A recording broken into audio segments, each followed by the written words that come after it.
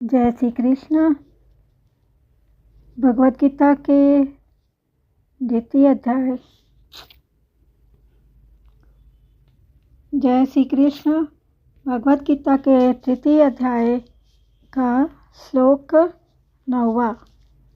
इसके पहले के श्लोक में भगवान ने कर्म किए बिना शरीर निर्वाह भी नहीं होने की बात कही। इससे सिद्ध होता है कि कर्म करना बहुत आवश्यक है, परंतु कर्म करने से तो मनुष्य बंधता है। कर्मणा बध्यते जंतुः।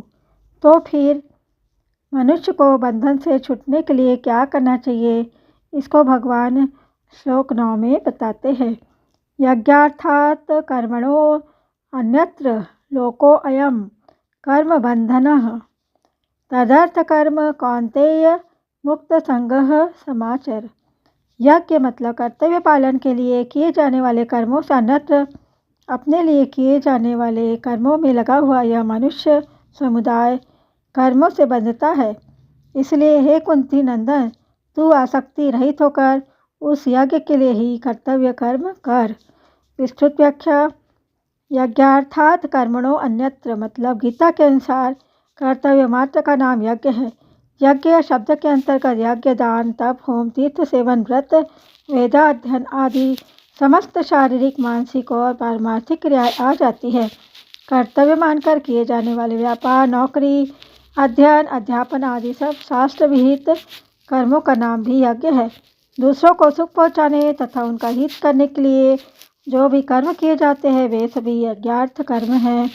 यज्ञार्थ कर्म करने से आसक्ति बहुत जल्दी मिट जाती है तथा कर्मयोगी के संपूर्ण कर्म नष्ट हो जाते हैं, अर्थात वे कर्म स्वयं तो बंधनकारक होते नहीं, प्रत्युत पूर्व संचित कर्म समूह को भी समाप्त कर देते हैं। वास्तव में मनुष्य की स्थिति उसके उद्देश्य के अनुसार होती है, क्रिया के अनुसार नहीं। जैसे व्यापारी का प्रधान उद्देश्य धन कमाना रहता है, अतः वास्तव में उसकी स्थिति धन में ही रहती है और दुकान बंद करते ही उसकी वृत्ति धन की तरफ चली जाती है। ऐसे ही अज्ञात कर्म करते समय कर्मयोगी की स्थिति अपने उद्देश्य यानी कि परमात्मा में ही रहती है और कर्म समाप्त करते ही उसकी वृत्ति परमात्मा की तरफ चली जाती है। सभी वर्णों के लिए अलग अलग कर्म हैं। एक वर्ण के लिए कोई कर्म स्वधर्म है तो वही दूसरे वर्ण के लिए मतलब चिन्हित न होने से परधर्म अर्थात अन्यत्र कर्म हो जाता है। जैसे भिक्षा से जीवन निर्वाह करना ब्राह्मण के लिए तो स्वधर्म है, पर क्षत्रिय के लिए परधर्म है। इसी प्रकार निष्काम भाव से कर्तव्य कर्म करना मनुष्य का स्वधर्म है और सकाम भाव से कर्म करना परधर्म है। जितने भी सकाम और निश्चित कर्म हैं वे सब के सब अन्यत्र कर्म की श्रेणी में आते हैं। अपने सुख, मान, बड़ाई, आराम आदि के लिए जितने कर्म किए जाए वे सब के सब भी अन्यत्र कर्म हैं। अतः छोटे से छोटा तथा बड़ा से बड़ा जो भी कर्म किया जाए उसमें साधक को सावधान रहना चाहिए कि कहीं किसी स्वार्थ की भावना से तो कर्म नहीं हो रहा है। साधक उसी को कहते हैं जो निरंतर सावधान रहता है।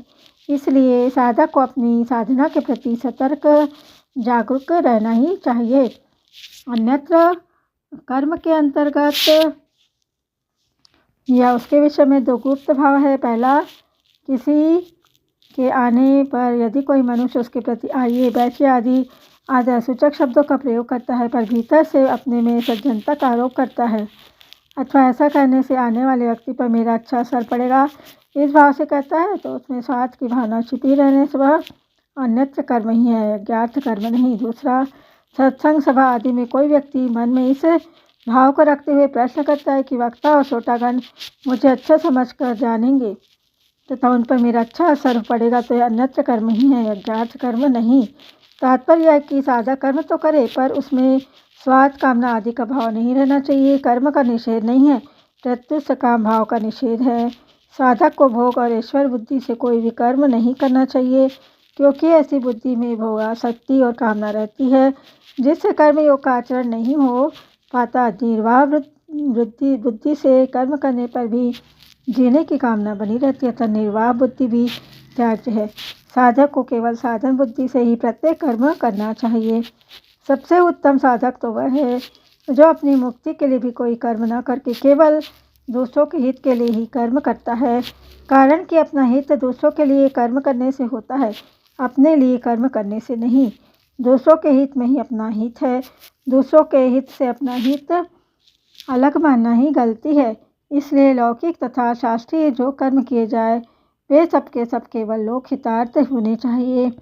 अपने सुख के लिए किया गया कर्म तो बंधन कारक है ही, अपने व्यक्तिगत हित के लिए किया गया कर्म भी बंधन कारक है। केवल अपने हित की तरफ दृष्टि रखने से व्यक्तित्व बना रहता है। इसलिए तो और तो क्या, जब चिंतन ध्यान समाधि भी केवल लोकहित के लिए ही करे। तात्पर्य है कि स्थूल सूक्ष्म और कारण तीनों शरीरों से होने वाली मात्र क्रिया संसार के लिए ही हो, अपने लिए नहीं। कर्म संसार के लिए है और संसार से संबंध विच्छेद होने पर परमात्मा के साथ योग अपने लिए है। इसी का नाम है कर्म योग। लोको अयम कर्म बंधनः। कर्तव्य कर्म मतलब यज्ञ करने का अधिकार मुख्य रूप से मनुष्य को ही है। इसका वर्णन भगवान ने आगे सृष्टि चक्र के प्रसंग जो कि 3 अध्याय के 14वें से लेकर 16वें श्लोक तक में भी किया है, जिसका उद्देश्य प्राणी मात्र का हित करना, उनको सुख पहुंचाना होता है, उसी के द्वारा कर्तव्य कर्म करते हैं। जब मनुष्य दूसरों के हित के लिए कर्म न करके केवल अपने सुख के लिए कर्म करता है तब वह बंध जाता है। आसक्ति और स्वार्थ भाव से कर्म करना ही बंधन का कारण है। आसक्ति और स्वार्थ के न रहने पर स्वतः सबके लिए हित के लिए ही कर्म होते हैं। बंधन भाव से होता है, क्रिया से नहीं। मनुष्य कर्मों से नहीं बनता, प्रत्युत कर्मों में वह जो आसक्ति और स्वार्थ का भाव रखता है उनसे ही वह बंधता है। तदर्थ कर्म कौन्तेय मुक्त संगः समाचर। यहाँ मुक्त संगः पद से भगवान का यह तात्पर्य है कि कर्मों में, पदार्थों में तथा जिनसे कर्म किए जाते हैं उन शरीर, मन, बुद्धि आदि सामग्री में ममता आसक्ति होने से ही बंधन होता है। ममता आसक्ति रहने से कर्तव्य कर्म भी स्वाभाविक एवं भली भांति नहीं होते। ममता आसक्ति न रहने से परहित के लिए कर्तव्य कर्म का स्वतः आचरण होता है, और यदि कर्तव्य कर्म प्राप्त न हो तो स्वतः निर्विकल्पता में स्वरूप में स्थिति होती है। परिणाम स्वरूप साधन निरंतर होता है और असाधन कभी होता ही नहीं।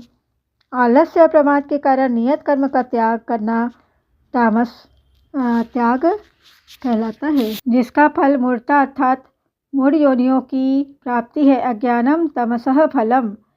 कर्मों को दुख रूप समझकर उनका त्याग करना राजस त्याग कहलाता है, जिसका फल दुखों की प्राप्ति है। रजसस्तु फलम दुखम। इसलिए यहाँ भगवान अर्जुन को कर्मों का त्याग करने के लिए नहीं कहते, प्रत्युत स्वार्थ, ममता, फलासक्ति, कामना, वासना, पक्षपात आदि से रहित होकर शास्त्र विधि के अनुसार सुचारू रूप से उत्साहपूर्वक कर्तव्य कर्मों को करने की आज्ञा देते हैं, जो सात्विक त्याग कहलाता है। स्वयं भगवान भी आगे चलकर कहते हैं कि मेरे लिए कुछ भी करना शेष नहीं है, फिर भी मैं सावधानी पूर्वक कर्म करता हूँ। कर्तव्य कर्मों का अच्छी तरह आचरण करने में 2 कारणों से शिथिलता आती। पहला, मनुष्य का स्वभाव है कि वह पहले फल की कामना करके ही कर्म में प्रवृत्त होता है। जब वह देखता है कि कर्म योग के अनुसार फल की कामना नहीं रखनी है तब वह विचार करता है कि कर्म ही क्यों करूं। दूसरा, कर्म आरंभ करने के बाद जब अंत में उसे पता लग जाए कि इसका फल विपरीत होगा तब वह विचार करता है कि मैं कर्म तो अच्छा से अच्छा करूं पर फल विपरीत मिले तो फिर कर्म करूं ही क्यों। कर्मयोगी न तो कोई कामना करता है और न कोई नाशवान फल ही चाहता है, वह तो मात्र संसार का हित सामने रखकर ही कर्तव्य कर्म करता है। अतः उपयुक्त दोनों कारणों से उसके कर्तव्य कर्म में शिथिलता नहीं आ सकती। जय श्री कृष्ण।